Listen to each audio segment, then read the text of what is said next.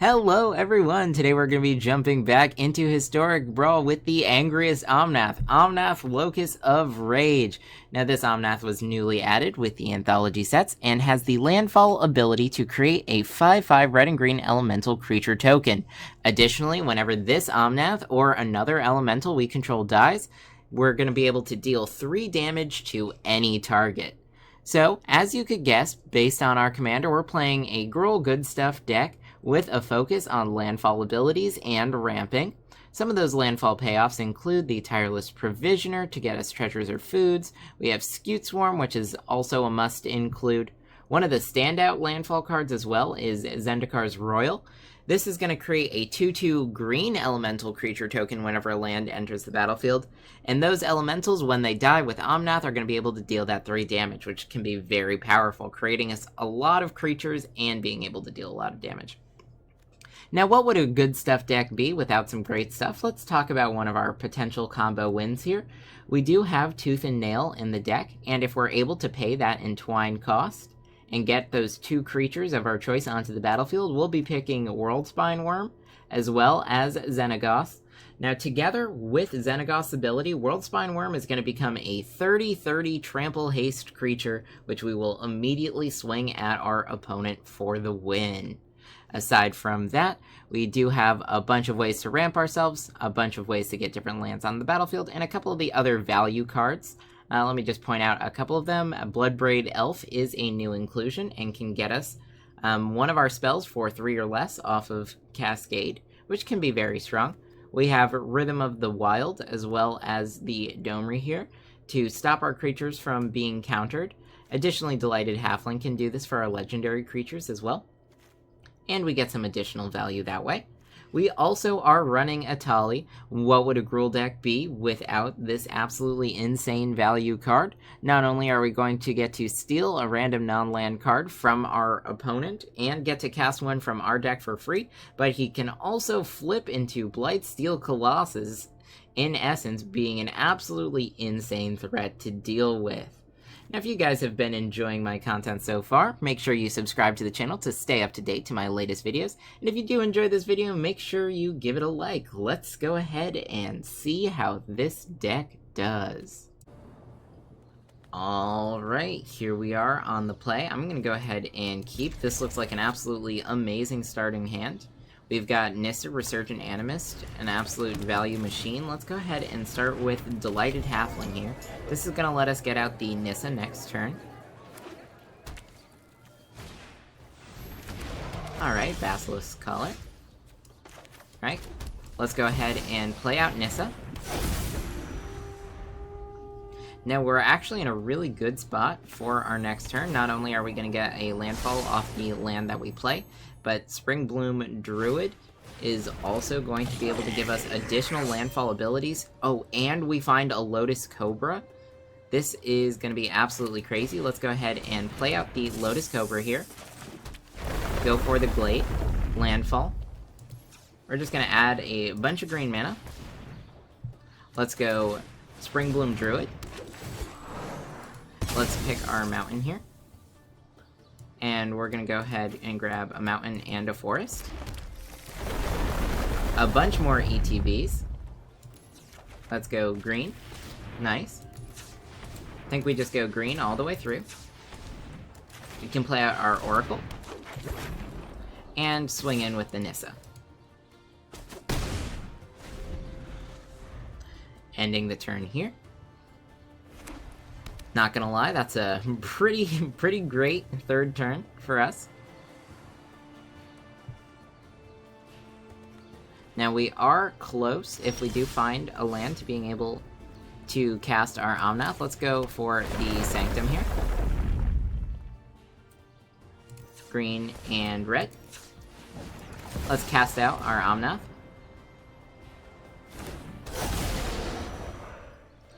Looks good.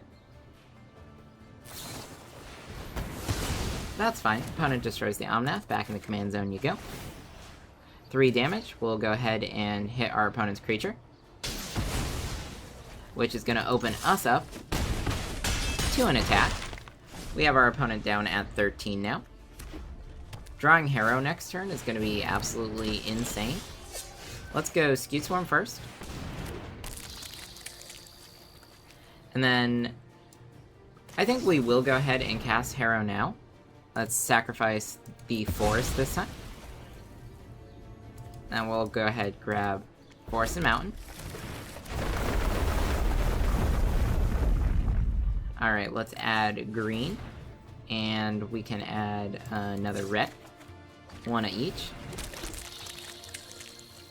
Alright, 2 more triggers. Let's go for another green and another red. I do like Tireless Provisioner here. So I think we'll go ahead and cast that. And might as well just explore. Alright, no attackers though. We'll go ahead and pass the turn. With Entish Restoration, we're actually going to be able to have even more lands hitting the battlefield next turn. Yep. This is fine. Looks good, yep. Now, we could block with Spring Bloom Druid. I think I'm okay. We'll just chump here.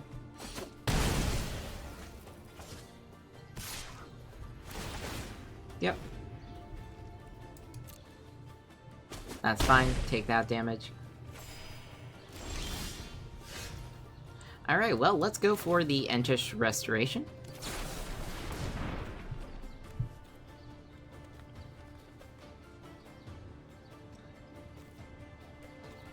Alright, we'll go ahead and sacrifice this Forest. And just like before, Forest and a Mountain. Now we have a ton of landfall triggers. Let's start picking treasures here on the Tireless Provisioner. More ramp is good for us. Drawing a Titan of Industry. And I think we just replay our Omnath.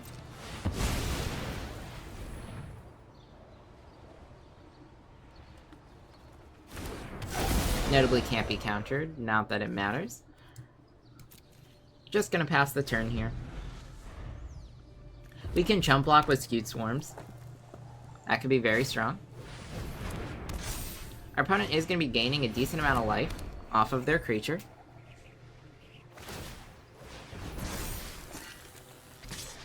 Alright, yep. We'll go ahead, block with a Scute Swarm. That is what they're there for. They do have trample, but we can at least reduce some of that damage. I think actually here, there's going to be no need to block. You can just take that damage. Now this turn, let's go for the Titan of Industry.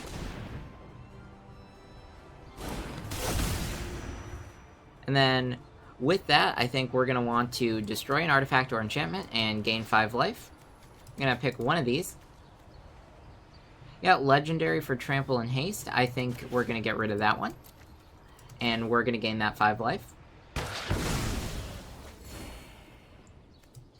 We can also go ahead and cast a Guardian Idol here. I'll gladly trade a treasure token for a permanent way of producing mana. And then no attacks. We can just pass.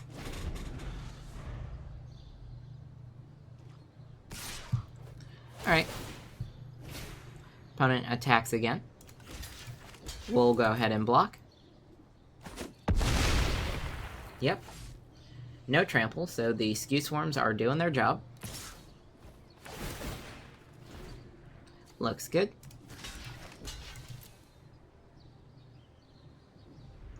Now we can't block with the Titan here. Lightning Strike on Nissa, sure. That's fine. Alright, now we can actually do a fun thing here to guarantee that we have our land hit the battlefield. Let's play Rhythm of the Wild. Then we're going to go ahead and play out Elvish Reclaimer. Since this has Riot, we're going to choose to give it haste for going the Summoning Sickness. Let's use its ability, sacrifice a mountain. And we're going to find another land. I think we're going to go with Cabaret Courtyard here. Bunch of landfall abilities. We're gonna still make some treasures for now. We'll go with green. Perfect. Let's go ahead and grab ourselves another forest, I think.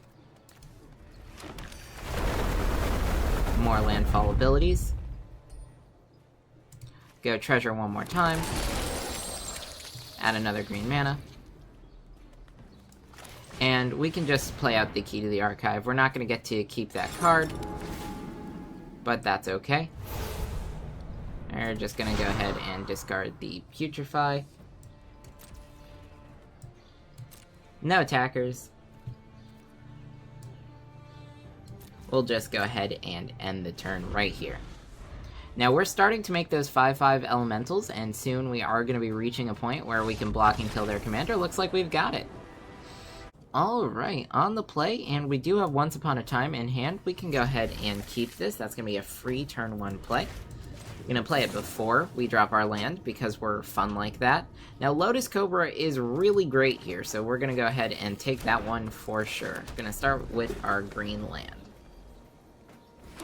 I do ideally want to see one more land next turn, but for now we're just going to play out that Lotus Cobra. And we find the land, never punished. Let's go ahead, pick red here. I think let's play out our Tectonic Giant and swing it. The reason we picked the Giant here is it does have the potential to give us some cards to exile.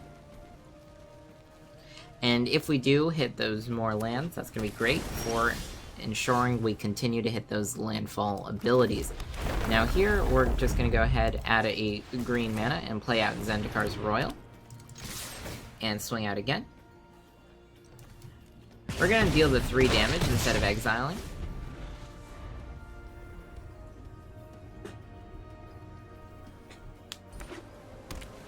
Next turn we can think about exiling. We could also play out our Glittering Stockpile. We have the potential to hit Escape the Wilds. I think we still will be attacking with the Tectonic Giant here. Let's go ahead and play this out. Landfall, make our Elemental. Landfall, we can add a green mana. Let's go with Escape to the Wilds. Okay, we do find a bunch of cards here. There was really no reason for us to attack with the Lotus Cobra. Let's go grab Crawling Barrens. We can go ahead and play this for our landfall, make another elemental. We're going to want to add green. Let's go Enchus Restoration here. Sacrifice a mountain. We'll grab a replacement mountain and another forest. And let's go green and red. I think we're going to go for the Creeping Trailblazer. This is going to buff all of our other elementals. And we've got it, alright. Okay, here we are on the play, playing into a Tasha deck. This looks like a good enough starting hand, so we'll go ahead and keep. I'm going to start with the Cabaretti Courtyard, and use this to make sure that we have a mountain. And then we'll pass the turn. Next turn we've got Explore into Crawling Barrens. Now the reason we play Crawling Barrens here is because since it can be a creature land, we would like it to not have Summoning Sickness. Let's go for the Tireless Tracker. Landfall. Make ourselves a clue.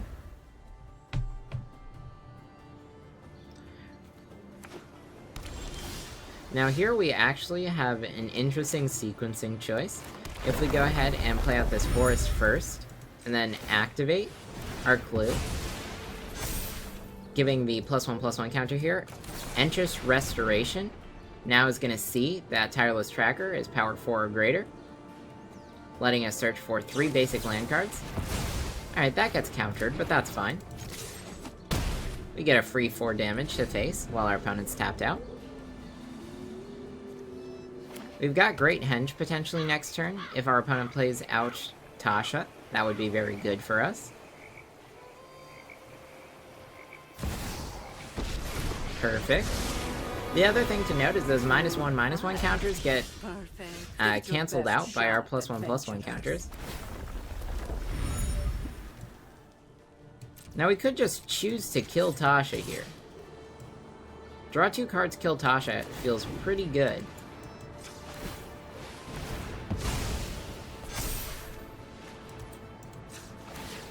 Yeah.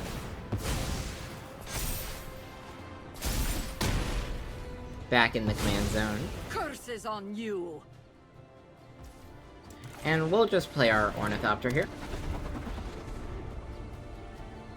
This is a little bit of a slow game, but I like not overly investing in our board. We've also made Great Henge even cheaper for next turn. Okay, Grass is probably going to hit the Tireless Tracker. That makes perfect sense. I'm going to go ahead and play out Omnath.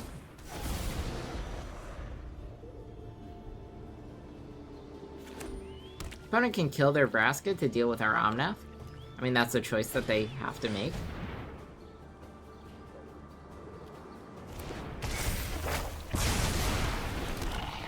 Sure. Back in the command zone. Vraska is gonna die this turn. That's fine. You have accomplished. As long as we keep our opponent's board empty, I'm actually not too concerned. We do have quite the advantage here. We can use our treasure and just play out the Great Henge. I kind of like that.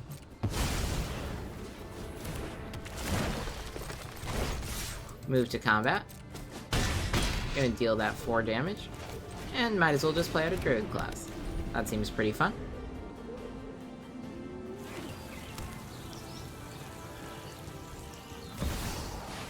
Alright. Chromatic Orrery is a pretty good spell for our opponents. Yeah. Alright, now what do we want to do here?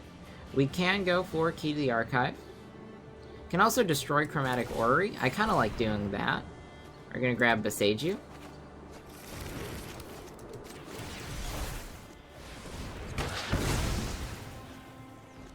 They can have 1 land, but they certainly can't keep the Orrery. Last thing I want is them drawing a bunch of cards. Now do we want to play out a threat here, or do we want to go for additional ramp? I think we play out a threat. This is to disincentivize the Thassa, or Tasha. This way we'll have an actual attacker, and we have some pressure on our board, force our opponent to think about dealing with that.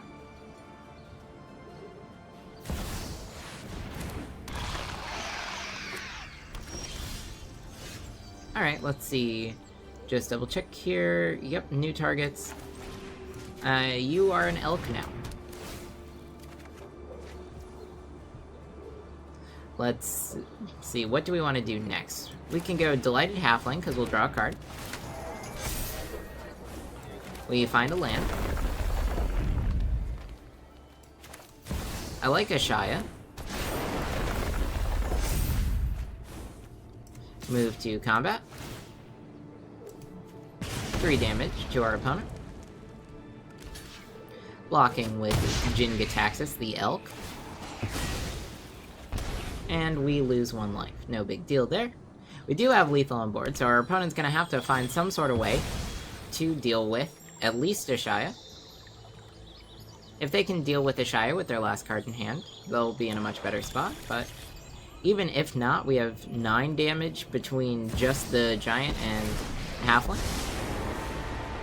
May the best mage win.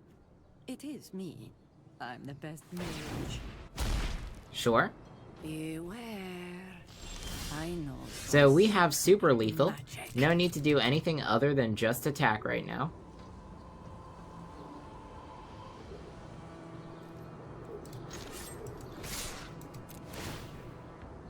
Go ahead and deal that 3 damage to each opponent. And we've got it. Alright. Okay, everyone, I hope you enjoyed. As we saw, Omnath is a very powerful landfall commander, both able to create a very wide board filled with large attackers, as well as offering a serious downside against any board wipes.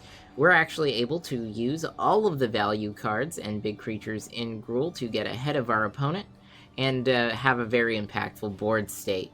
Now, we do run into some issues if our opponent can outpace us. So a lot of decks that have plenty of early removal for all of our ramp, even counterspells, can stop us from reaching that late game. But as soon as we get there, we can quite easily stabilize the game and win from there. Alright, if you guys enjoyed this video, make sure you give it a like, and if you have any ideas for another deck you'd like to see me play, why don't you let me know in a comment down below. I'll see you all next time.